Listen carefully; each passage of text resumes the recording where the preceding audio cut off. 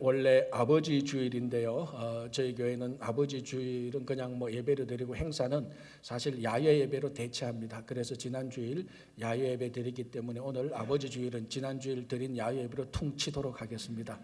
죄송합니다. 예배 퉁친다는 게 사실 좀 어색한데 그래도 다 알아들었으니까 괜찮고요. 그래서 오늘 설교도 아버지 주일에 초점을 맞추지 않고 우리가 계속해서 보던 사무엘상 그 말씀을 순서에 따라서 계속해서 보도록 하겠습니다. 오늘 이제 우리가 함께 볼 이 말씀은 사무엘상 17장. 아마 성경에서 사람들이 가장 잘 알고 있는 이야기 한 5개를 뽑아라 그러면은 아마 이야기 충분히 들어갈 겁니다. 아니면 예수 믿지 않는 사람도 성경을 모르는 사람도 다윗과 골리앗 이야기는 사실은 헐리우드 영화사에서 교회보다 더 많이 이야기를 해주니까 세상 사람들이 다 잘 아는 그런 내용입니다. 그래서 사실 설교자가 너무 잘하는 내용 가지고 설교할 때 항상 사실 좀 부담이 됩니다. 그래서 오늘 중간에 막 헤매면은 목사님이 부담돼서 헤매는구나라고 저희들 이해해 주시면은 제가 기쁘게 무시하고 그냥 설교를 하도록 하겠습니다. 자, 오늘 이 사무엘상 10장 전체 배경이 무언가 하면 이스라엘과 블레셋이 전쟁을 하는 겁니다. 엘라 골짜기를 중간에 두고 이스라엘 군대, 블레셋 군대가 이제 함께 모여서 전면전을 벌일 기세입니다. 이때 이스라엘의 왕은 사울 왕이고 이제 이 블레셋의 유명한 장군이 있습니다. 장수, 그 사람이 바로 골리앗입니다. 그래서 이제 고대 때는 전면전으로 전쟁을 하기도 하고 때로는 우리가 이겨봤자 그래도 손해를 볼 것이다. 그런 이제 판단이 들면은 전면전을 벌이지 않고 이쪽에서 대표 선수 1명, 이쪽에서 대표 선수 1명, 그래 대표자 2명이 나와서 싸워서 이기는 쪽이 그 전쟁에서 승리하는 쪽으로 하는 이런 방식의 전쟁을 많이 사용했습니다. 아마 여러분들은 영화나 드라마를 통해서 많이 볼 수 있고 어떻게 보면 굉장히 상식적인 그런 전쟁이기도 합니다. 오늘 바로 본문이 그런 전쟁입니다. 이스라엘과 블레셋이 딱 이제 전면전을 하려고 딱 이렇게 나섰는데 먼저 블레셋 쪽에서 골리앗을 앞서서 내옵니다. 아마 자기들이 자신이 있었겠죠. 이 골리앗 가장 출중한 그 용사니까 골리앗을 대표 선수로 내보내면서 이제 골리앗이 앞에 나가서 이스라엘 군사들에게 야, 내가 나왔으니 너희들도 1명 나와라. 이제 그렇게 해서 서로 싸우자. 그래 내가 이기면은 우리 군이 이기고 네가 이기면 우리가 너희들한테 졌으니까 너희들의 종이 되겠다. 이제 그게 앞장에 나오는 내용입니다. 자, 요 분위기에서 17장 10절 11절을 제가 다시 한번 더 읽어드리겠습니다. 이렇게 되어 있습니다. 이 블레셋 사람이 누구라고요? 골리앗이죠. 그 블레셋 사람이 또 이르되 내가 오늘 이스라엘의 군대를 모욕하였으니 사람을 보내어 나와 더불어 싸우게 하라 한지라.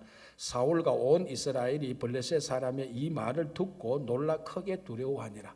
자, 이 골리앗이 나와서 이스라엘 군사들에게 야, 빨리 나와, 1명 나와 이렇게 얘기합니다. 그러니까 안 나오거든요. 그래서 이 골리앗이 이스라엘 군사와 이스라엘 사람들을 심하게 모욕합니다. 왜? 자꾸 자극을 주는 거거든요. 자꾸 자극을 줘서 욕하고 모욕하면은 그쪽에서도 누구 하나가 우리말로 하면 열받아서 나올 거 아닙니까? 그걸 이제 의도했는데 아무도 안 나타나는 거예요. 왜 아무도 안 나타났죠?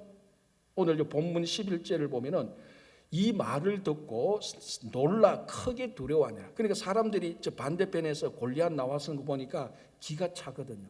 지금까지 저렇게 어마어마한 군사를 본 적이 없습니다. 자, 이 블레셋 군사 골리앗에 대해서 오늘 본문 4절에서 7절까지 이 사람의 모양 형태에 대해서 자세히 설명해 주는데 제가 다시 풀어서 설명을 해드릴게요. 이 사람의 키가 2m 90입니다. 1m 90이 아니에요. 2m 90, 거의 3m입니다. 9피트 10인치. 제가 많은 사람의 그 운전면허증을 보는데요. 아직까지 9피트 적힌 운전면허증을 본 적이 없어요. 그렇죠. 여러분 혹시 주변에 2m 90 된 사람 본 적 있습니까? 옛날에 농구선수, 중국의 큰 농구선수는 또 2m 20인가 30밖에 안 돼요. 2m 90이니까 아마 처음 본 사람들이 기겁을 했을 겁니다. 그 어마어마한 장고래. 자, 게다가 노트구를 썼죠. 머리에 이제 노트구를 쓰고 생선 비늘, 물고기 비늘과 같은 갑옷을 입었다고 말합니다. 그 갑옷의 무게가 오늘 여기 나왔는데 그걸 오늘날 무게로 달면 125파운드. 여러분 우리 권사님 집사님 처자 때 몸무게하고 똑같죠. 뭐 지금은 많이 다르지만은, 그죠?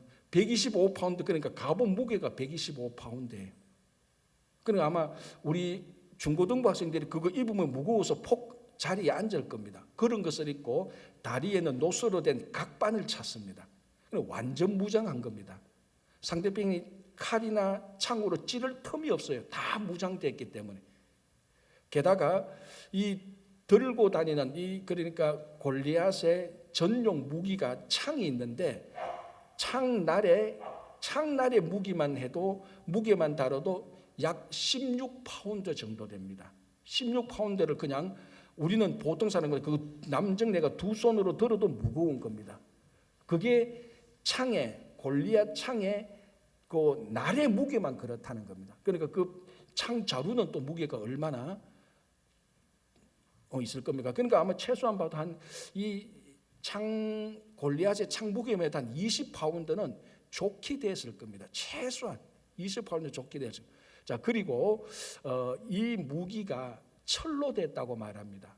여러분 뭐 상식적으로 그럼 창이 뭐 철로 됐지 이렇게 생각하는데 그렇게 생각하시면 안 됩니다. 이때는 청동기 말기 때입니다. 그래서 이스라엘 군사 쪽에 철로 된 무기를 가지고 있던 사람이 딱 2명이었습니다. 누구였겠죠? 사울과 요나단이었습니다. 왕자만 철로 된 무기를 가지고 있었지 이스라엘 군사는 다 청동기 무기예요. 그런데 이 골리앗 장군의 그 무기가 어마어마한 무기인데 재료가 철이에요. 자, 그리고 이제 그 당시에는 장군 옆에 장군의 무기가 많으니까 장군의 무기를 들어주는 부하 그러니까 비서 군사가 있습니다. 그런데 오늘 또 얘기 보니까 그 비서 군사가 이 큰 창을 들고 있고 그러니까 비서 군사가 방패를 들고 왔다고 말합니다. 그러니까 이 옆에서 볼 때, 이 앞에서 볼 때는 뭐 옆에서 볼 때 보니까 어마어마한 군사입니다. 장수 중에 이런 장수도 본 적이 없습니다. 아마 삼국지로 따지면 장비나 관우, 상산의 조자룡 정도 될 겁니다. 아마 이 배틀채 같은 이 창은 우리 삼국지의 관우 운장이 가지고 있는 청명 은월도 그 정도 될 겁니다. 그러니까 이 이스라엘 군사들이 골리앗을 보니까 기가 차지 않거든. 저런 군사하고 누가 싸워서 이기겠느냐. 저 앞에 나가면 진짜 메뚜기처럼 죽을 수밖에 없는 겁니다. 어마어마한 풍채, 외모가 있습니다. 그러니까 이스라엘 군사가 전체적으로 모욕을 당해도 욕을 당해도 나가서 싸울 마음이 안 생기는 겁니다. 두려움과 겁이 있기 때문에. 자, 우리가 2주 전인가요? 선지자 사무엘이 사울의 왕 후임자로 다윗을 선택하러 갈 때 사무엘이 이새의 그 집안에서 첫째 아들, 둘째 아들 볼 때 엘리압의 외모를 보고 사무엘이 완전히 반했지 않습니까? 그래서 여기 왕감이 있다. 기름 부으려고 했을 때 하나님께서 멈추게 하고 뭐라고 말씀하셨습니까? 사람은 외모를 보거니와 나 여호와는 중심을 본다라고 말을 했습니다. 지금 바로 그 모습이, 그 포맷이 여기 그대로 나타나는 겁니다. 이스라엘 군사들이 골리앗이 뭘 보고 기겁하고 뭘 보고 겁냅니까? 골리앗의 외모를 본 겁니다. 외모를 본 겁니다. 외모를 보니까 출중하잖아요. 그런 군인은 2m 90대는 고대인들 가운데서도 2m 90대는 그런 거인은요 흔치 않습니다. 기록에 보면은 흔치 않아요. 그러니까 이스라엘 백성들이 그 외모를 보고 그 외관을 보고 출중한 모습에 기가 질려서 못 나갔던 것입니다. 자, 그러면은 진짜로 이 골리앗이 외모만큼 출중했던 장군이었을까요? 진짜 뛰어난 장군이었을까요? 물론 다윗에게 졌기 때문에 아니에요. 쉽게 말할 수 있는 게 아닙니다. 진짜로 그 외모를 보면은 와, 기가 찹니다. 자, 이 골리앗에 대해서 잘 분석해 놓은 사람이 있는데 지금도 아주 다이나믹하게 활동하고 있는 세계적인 경영 사상가 말콤 글래드웰이라는 사람이 있는데 그 사람이 다윗과 골리앗이라는 책을 썼는데 물론 그것은 다윗과 골리앗을 신앙적인 관점에서 본 건 아닙니다. 어떤 경영, 리더십, 자기개발 관점에서 본 건데요. 그 책의 서문에 그 책의 첫 번째 머릿말에 바로 오늘 사무엘상 17장에서 다윗과 골리앗의 싸움을 다루고 있습니다. 다루고 있는데 그 골리앗에 대해서 아주 특별하게 골리앗에 대해서 잘 분석하고 있는데요. 이 말콤 글래드웰이 의학 전문가의 자문을 받아서 사무엘상 17장에 나오는 골리앗이 어떤 사람인가 분석을 했습니다.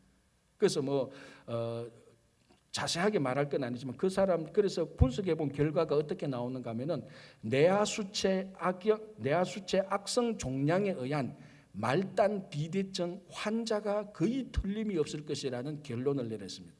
여러분, 말단 비대증 환자를요, 쉽게 말하면 거인병입니다. 여러분 얘기 들어보셨죠? 키가 너무너무 큰 거인은요, 그게 사실은 계속해서 세포 분열에서 성장이 계속해서 일어나는 겁니다. 어느 정도 되면 멈추어야 되는데 계속해서 세포 분열이 일어나서 성장하니까 그게 바로 말단 비대증을 겪고 있는 환자의 모습입니다.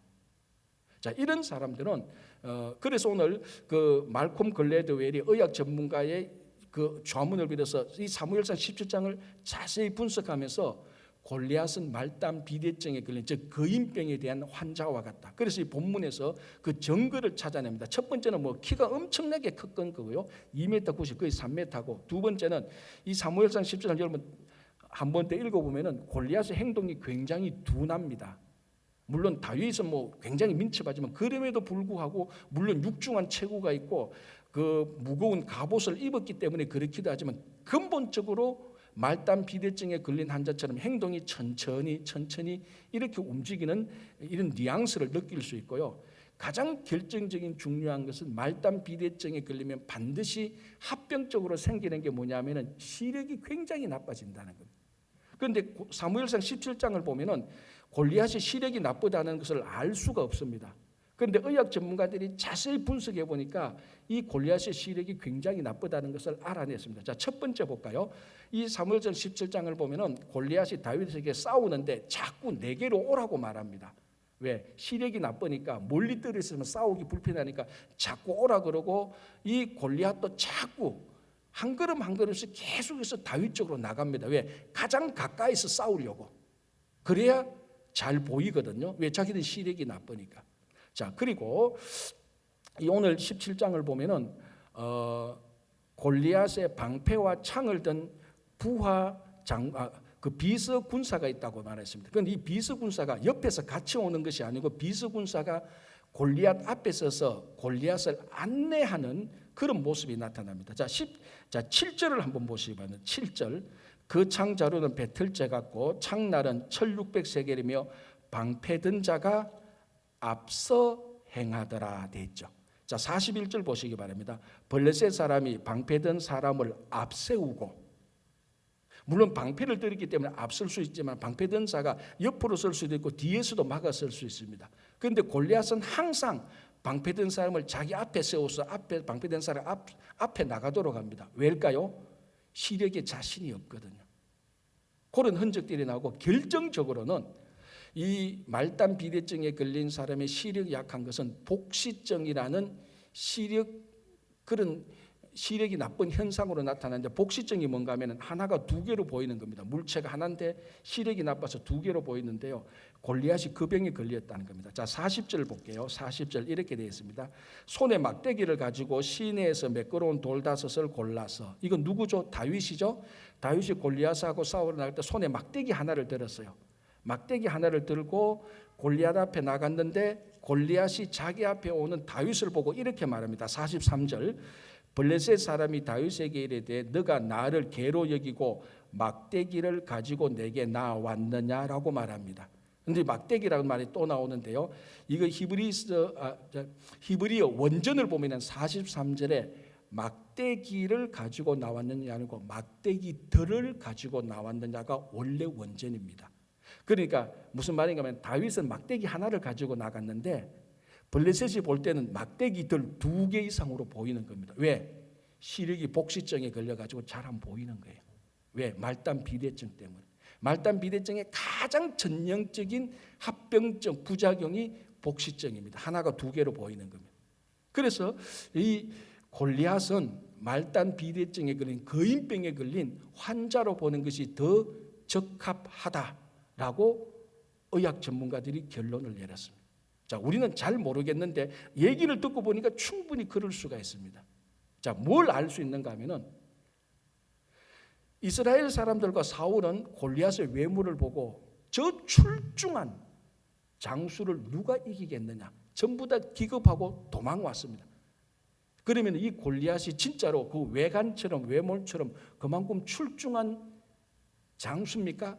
아니죠. 실상은 출중한 장수가 아니고 엉터리 같은 거인병에 걸린 환자예요. 무슨 말인가 하면 사람이 외관 외모를 보면 그 사람의 실상을 제대로 알지 못합니다. 여러분, 믿음이라는 게 뭡니까? 믿음이라는 것이 우리말로 하면 외모 외관에 현혹되지 않는 겁니다. 그래서 사무엘이 이새의 첫 번째 아들 엘리압의 외모를 보고 현혹되었을 때 하나님께서 즉각 깨우쳐 줍니다.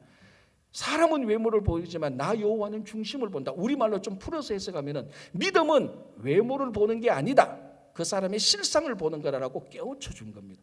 그런데 오늘 이스라엘 사람들과 사울은 전부 다 아직도 그 말씀을 깨닫지 못하고 사람을 보면 외모를 보는 겁니다. 골리앗도 외모를 보고 기겁을 하고 그렇게 모욕을 하면 나오라 그래도 자기 군사들이, 자기 나라가, 그리고 하나님의 이름이 욕을 당해도 한 명도 그 앞에 나가지 못하는 겁니다. 왜? 골리앗의 외모를 보고 현혹되어서 질려버렸기 때문에 그렇습니다. 진짜 참된 믿음을 가진 사람이라면 외모나 외관에 홀리지 않습니다. 실상을 볼 수 있는 능력을 가진 것이 참된 믿음입니다. 자, 여러분, 우리 주변에 특별히 우리가 이민 생활을 하면서 얼마나 많은 종류의 골리앗과 싸웁니까? 싸워야 됩니까? 미국이 처음에 공항에 내려올 때 영어가 엄청난 골리앗입니다. 아직까지도 영어는 골리앗이에요. 미국의 문화, 시스템, 미국의 경제제도, 이 땅에 살아가던 신분, 때로는 자녀들의 일, 직장의 일들, 뭐 주변의 골리앗과 같은 환경과 골리앗과 같은 인물들, 골리앗과 같은 관계들이 수두룩하게 우리를 포진하고 있습니다. 그런 외모만 본다면, 외관만 본다면, 겉모습만 본다면 우리는 전부 다 기겁하고 질려서 아무 일도 하지 못할 겁니다. 믿음이라는 것은 외관과 외모를 뛰어넘어서 실상을 볼 수 있는 눈입니다. 아무도 보지 못합니다. 자, 이때에 다윗이라는 한 소년이 나타나게 되는 겁니다. 자, 본문을 한번 보겠습니다. 17장 33절에서 37절 중간까지 제가 한번 더 읽어드리겠습니다. 사울이 다윗에게 이르되 너가 가서 저 블레셋 사람과 싸울 수 없으리니 너는 소년이요 그는 어려서부터 용사임이니라. 다윗이 사울에게 말하되 주의 종이 아버지의 양을 지킬 때에 사자나 곰이 와서 양떼에서 새끼를 물어가면 내가 따라가서 그것을 치고 그 입에서 새끼를 건져내었고 그것이 일어나 나를 해하고자 하면 내가 그 수염을 잡고 그것을 쳐 죽였나이다. 주의 종이 사자와 곰도 쳐선즉 살아계시는 하나님의 군대를 모욕한 이 할례받지 않은 블레셋 사람이리이까 그가 그 짐승의 하나와 같이 되리이다. 또 다윗이 이르되 여호와께서 나를 사자의 발톱과 곰의 발톱에서 건져내셨은즉 나를 이 블레셋 사람의 손에서도 건져내시리이다. 자, 첫 번째로 거인과 싸워서 이기는 법은요, 제가 좀 전에 말씀드린 것처럼 거인의 외모, 거인의 외관에 겁먹지 않는 겁니다. 거인의 실상을 바라보는 것입니다. 자, 이제 두 번째가 오늘 이 33절에서 37절에 그 비법이 나와 있습니다. 자, 다윗이 아버지의 심부름으로 형들이 전쟁하고 있는 블레셋과 전쟁하고 있는 전쟁터에 심부름으로 갑니다. 마침 다윗이 거기 전쟁터에 갔는데 그때 마침 집 골리앗이 이스라엘 군사를 모욕하면서 야 빨리 한 명 나와라고 바로 그 타이밍에 다윗이 거기 갔습니다. 다윗이 그러니까 그 소리를 듣고 아니 이게 무슨 소리입니까? 저 군사가 왜 하나님의 군대를 모욕하고 하나님을 모욕합니까? 그래서 막 이래저래 알아보니까 여차저차해서 알아보니까 아 우리 쪽에 골리앗과 싸워서 나걸 싸울 용사가 없으니까 저 골리앗이 저렇게 지금 고함치면서 한 명 나오라고 말하는구나. 그 얘기를 듣고 다윗이 뭐라고 말합니까? 내가 가겠소라고 말하는 겁니다. 그래서 옆에 있던 군사가 그 얘기를 듣고 사울 왕에게 일러줍니다. 왕이시여, 우리 가운데 한 소년이 한 아이가 골리앗과 싸우겠다 하는데 데려와도 좋겠습니까? 사울이 그래 한번 데려와봐라. 그리고 사울이 다윗과 만나서 사울이 다윗에게 하는 대화가 이 내용입니다. 뭐라고 말합니까? 사울이 다윗에게 너는 소년이다. 저 사람은 어려서부터 용사였다. 아주 한 방에 딱 정리합니다. 다윗 너는 소년이잖아. 그런데 골리앗 이 사람은 네 나이보다 더 적을 때부터 전쟁터에서 잔뼈가 굵은 출중한 장수다. 네가 이길 수 있겠느냐 이 말입니다. 33절이. 자, 사울이 다윗과 골리앗에 평가한 것은 정확합니다. 다윗은 소년이고 골리앗은 출중한 군사가 맞습니다. 이렇게 보는 관점은 세상 모든 사람들이 누구나 다 그렇게 봤습니다. 이스라엘 군사도 그렇게 봤고 사울 왕도 다윗은 소년이고 골리앗은 출중한 장수라고 봤습니다. 이건 누구나 그렇게 보는 관점입니다. 누구나 그렇게 생각합니다. 틀린 게 아닙니다. 그러나 하나님이 기뻐하시는 관점은 아니죠. 그 얘기를 듣고 다윗이 사울 왕에게 뭐라고 말합니까? 쉽게 말하자면 나로 말하자면 이거부터 말합니다. 나로 말하자면은 내가 들에서 양을 칠 때에 사자도 덤볐고 호랑이도 덤볐습니다. 그때마다 하나님께서 나를 구해 주셨습니다. 오늘 또 그 하나님께서 나를 구해 주신 것처럼 저 짐승 같은 골리앗의 손에서도 나를 건져줄 것입니다. 이게 첫 번째 자기에 대해서 말하는 것이고요. 두 번째 골리앗에 대해서 뭐라고 말합니까? 이렇게 말합니다. 36절에 살아계시는 하나님의 군대를 모욕한 이 할례받지 않은 블레셋 사람이라고 말합니다. 사울은 골리앗을 어떻게 봤습니까? 어려서부터 타고난 용사였다. 좀 더 의미를 붙이자면 저 기고를 봐라. 어마어마한 군사 아니냐 그렇게 봤는데 다윗은 어떻게 봅니까? 살아계시는 하나님의 이름을 모욕한 할례받지 않는 블레셋 사람으로 본 겁니다. 자, 사울이 다윗과 블레셋을 보는 관점과 다윗이 자기와 블레셋을 보는 관점을 보십시오. 얼마나 판이하게 다릅니까? 지금 다윗이 이 말을 하기 전까지 이 사울의 진영에서 한 명도 블레셋을 하나님의 이름을 모독하는, 하나님의 이름을 욕보이는 할례받지 않는 블레셋 사람이라고 골리앗을 생각한 사람이 한 명도 없었습니다. 다 세상 사람들이 생각하는 것처럼, 일반 사람들이 생각하는 것처럼 우리가 이길 수 없는 출중한 장수로만 생각했지, 유일하게 다윗이 나타나서 하나님의 관점에서 골리앗을 보니까 저거야말로 하나님을 모욕하는 할례받지 않는 이방인 중에 이방인, 당장 하나님 앞에서 징계받아야 될 블레셋 사람에 불과한 겁니다. 자, 여기서 우리가 다윗의 위대한 점이 뭡니까? 관점이 확실하게 다르다는 것입니다. 사울의 관점은 일반 사람들의 관점 그대로입니다. 다윗은 소년이요, 블레셋은 출중한 장군이요. 다윗은 관점이 다릅니다. 나는 하나님이 구원한 사람이고 저 블레셋 사람은 저 골리앗은 하나님으로부터 징계받아야 될 사람입니다. 다윗의 관점은 하나님 중심의 특별한 관점이 나타납니다. 하나님 중심으로 사람을 보고 하나님 중심으로 관계를 보고 사건을 보고 사물을 보니까 세상 사람들이 보는 거하고 판이하게 다릅니다. 자, 다윗이 자기를 보고 블레셋을 볼 때 이 다윗의 하나님 중심의 관점에 블레셋을 두려워하고 겁내는 마음이 있습니까? 하나도 없죠. 당장이라도 쳐들어가서 하나님을 모욕하는 할례받지 않는 이 블레셋 골리앗을 쳐 죽일 기세입니다. 그런데 다른 군사들은 그렇게 모욕을 받고도 꼼짝 못합니다. 왜요? 관점이 다르니까. 블레셋을 보는 골리앗을 보는 관점이 판이하게 다른 겁니다. 다윗은 철저히 하나님 중심으로 보니까 이거는 이 골리앗은 우리가 겁낼 것이 아니고 하나님의 이름으로 처단해야 될 할례받지 않는 하나님을 모독하는 사람에 불과한 것입니다. 거인을 싸워서 이기는 방법 두 번째, 하나님 중심의 관점을 가지면 됩니다. 하나도 두렵지 않습니다. 여러분 그 르네상스 3대 천재가 있습니다. 자, 레오나르도 다빈치, 라파엘로, 또 한 사람 누구죠? 미켈란젤로. 아주 유식한 아주 훌륭하신 분들이 많습니다. 저는 일부러 공부하고 왔는데 외화가 왔는데 여러분들은 물으니까 탁 나오네요. 자, 이제 그림이나 건축은 레오나르도 다빈치가 세계 최고였습니다. 그죠? 그러나 레오나르도 다빈치가 라파엘로가 미켈란젤로보다 이기지 못한 게 조각입니다. 조각은 아마 미켈란젤로가 세계 최고가 아닐까라는 그런 생각이 드는데, 이 미켈란젤로가 조각한 작품 가운데 최고의 작품의 제목은 피에타입니다.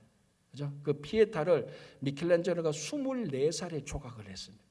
자, 방송실 한번 올려주시래. 우리 한번 보십니다. 자, 저게 피에타입니다. 어디서 다 봤죠?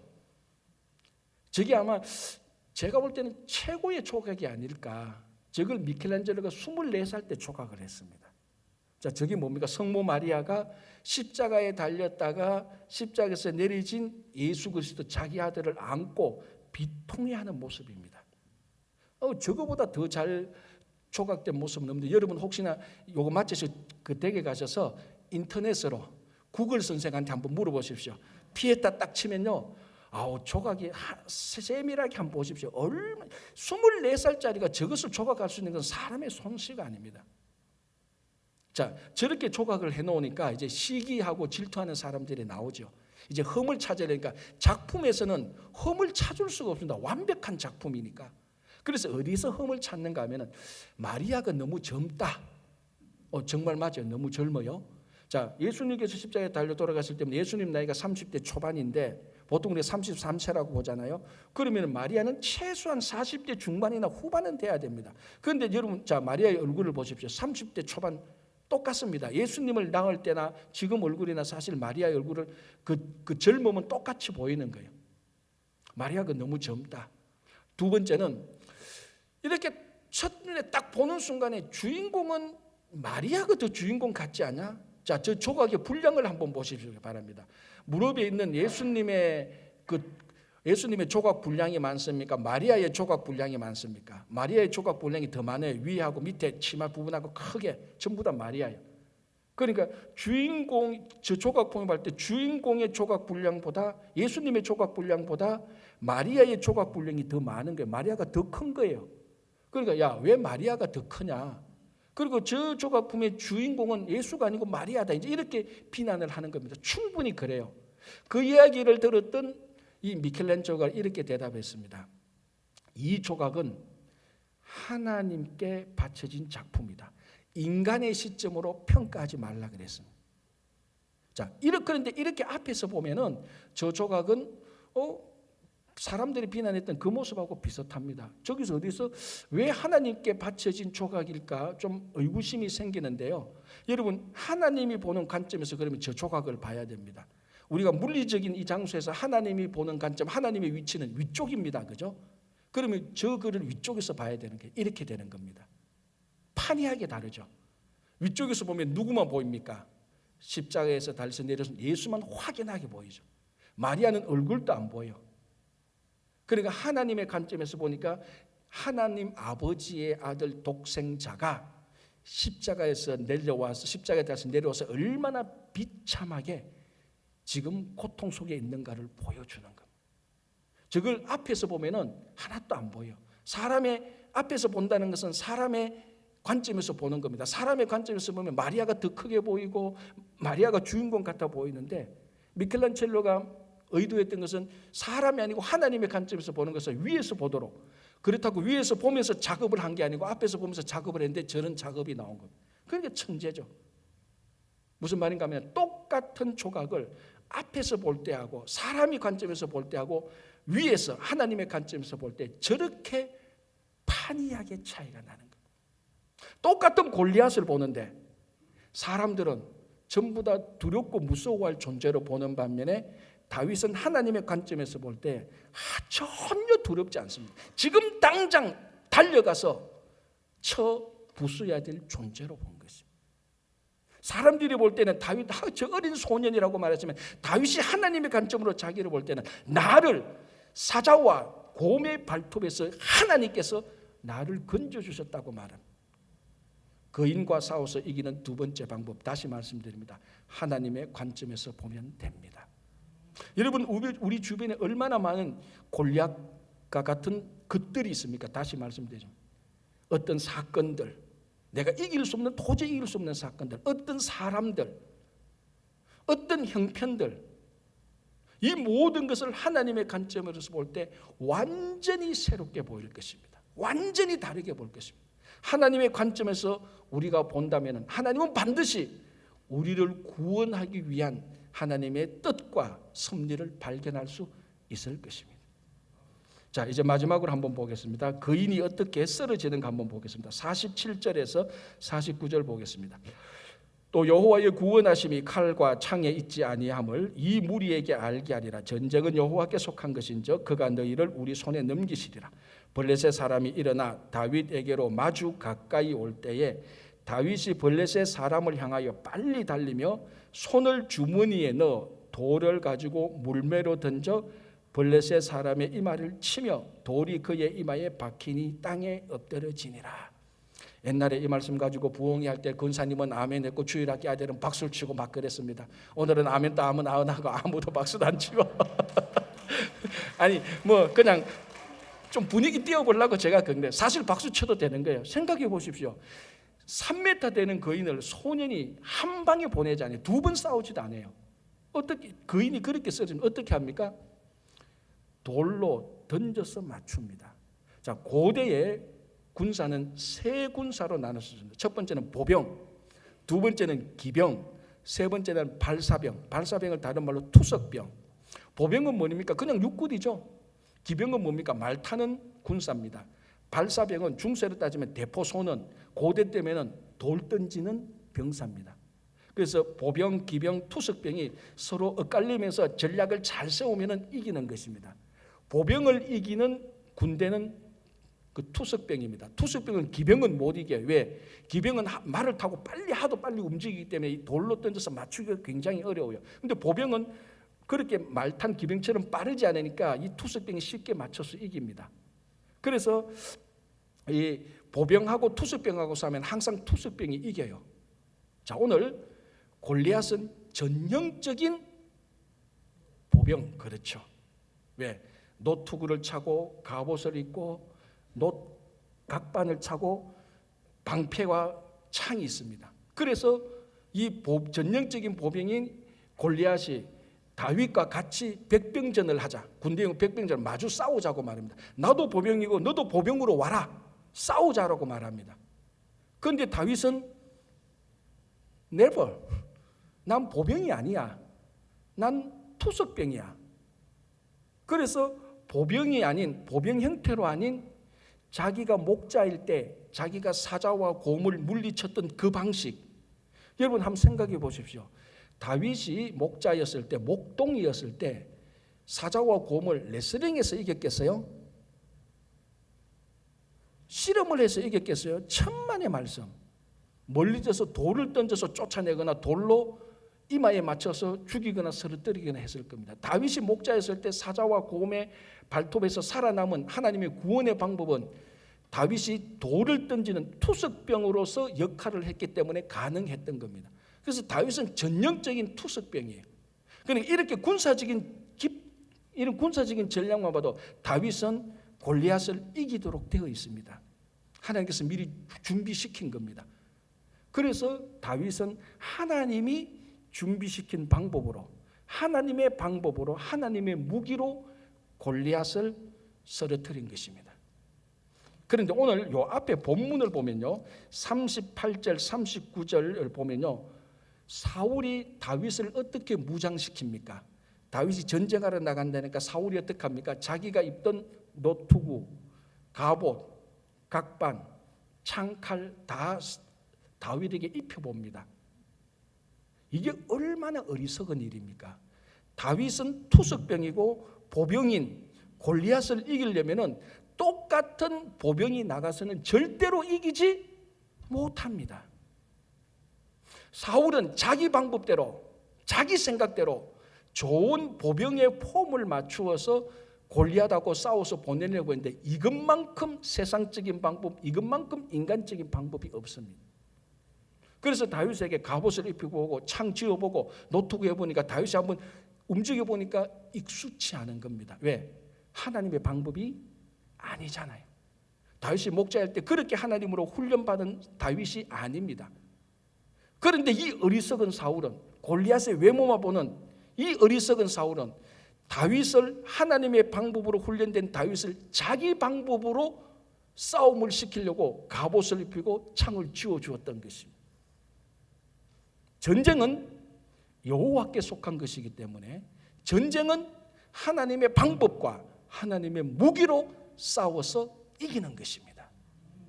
가장 어리석은 사울이 하나님의 방법이 아닌 하나님의 방법으로 잘 훈련된 다윗을 자기 방법으로, 자기 옷으로, 자기 생각으로, 자기 방법으로 다윗을 맞추어서 전쟁에 내보냈습니다. 그렇게 나갔다면 다윗은 꼼짝없이 벌레 죽듯이 죽었을 것입니다. 세 번째, 거인과 싸워서 이기는 방법, 하나님의 방법과 하나님의 무기로 싸우면 됩니다. 무기가 세상으로 볼 때는 형편없죠. 여러분, 그 돌 5개 가지고 나갔잖아요. 골리앗의 무기가 뭡니까? 철제 무기에다가 날카로운 그 무게만 해도, 칼날 무게만 해도 16파운드나 되는, 그리고 부하 비서들이 있어서, 비서 군사들이 있어서 방패로 다 막아줍니다. 백병전을 해서는 다윗은 절대로 이길 수 없지만 하나님의 방법은 따로 있었습니다. 투석병을 통하여서, 투석하는 방법을 통해서 돌을 던져서 쓰러뜨리는 겁니다. 우리가 이 세상에 수없이 많은 골리앗과 싸워야 되고 수없이 많은 악들과 싸워야 되는데, 세상적인 방법이 좋고 세상적인 무기가 아무리 좋아도 하나님의 무기와 하나님의 방법이 아니면은, 그것이 비록 세상적으로는 어리석고 어수룩하게 보이지만 그 방법, 그 무기만이 골리앗을 이길 수 있는 것입니다. 여러분들이 지금 가지고 있는 세상의 무기와 세상 방법을 내려놓으시고 하나님께서 여러분들을 훈련시키는 방법으로, 하나님께서 여러분들을 다루는 방법으로, 하나님께서 여러분에게 주시는 그 무기로 골리앗과 같은 세상을 싸워서 이기시기 바랍니다. 그래서 거인을 싸워서 이기는 방법, 첫 번째, 거인의 외모를 보지 마십시오. 거인의 외모는 실상이 아닙니다. 두 번째, 거인을 싸워서 이기는 방법, 하나님의 관점으로 한번 보십시오. 거인은 아무것도 아닙니다. 세 번째, 하나님의 방법과 하나님의 무기로 싸워서 이기십시오. 백전백승입니다. 기도하겠습니다. 하나님 감사합니다. 많은 골리앗과 같은 세상으로 둘러싸여 있는 저희들입니다. 이민 와서 영어와 문화와 시스템과 또 자녀들을 교육시키는 일들과 가정을 꾸리는 일들과 일터에서 일하는 일들과 교회 공동체와 여러 곳에 우리가 처해 있는 모든 곳곳마다 구석구석에 골리앗이 없는 곳이 없습니다. 그러나 주님, 이 골리앗의 외모에 우리가 겁먹지 말고 하나님의 관점으로서 하나님의 방법으로 싸워서 넉넉히 이길 수 있도록 도와주시옵소서. 예수님 이름으로 기도합니다. 아멘.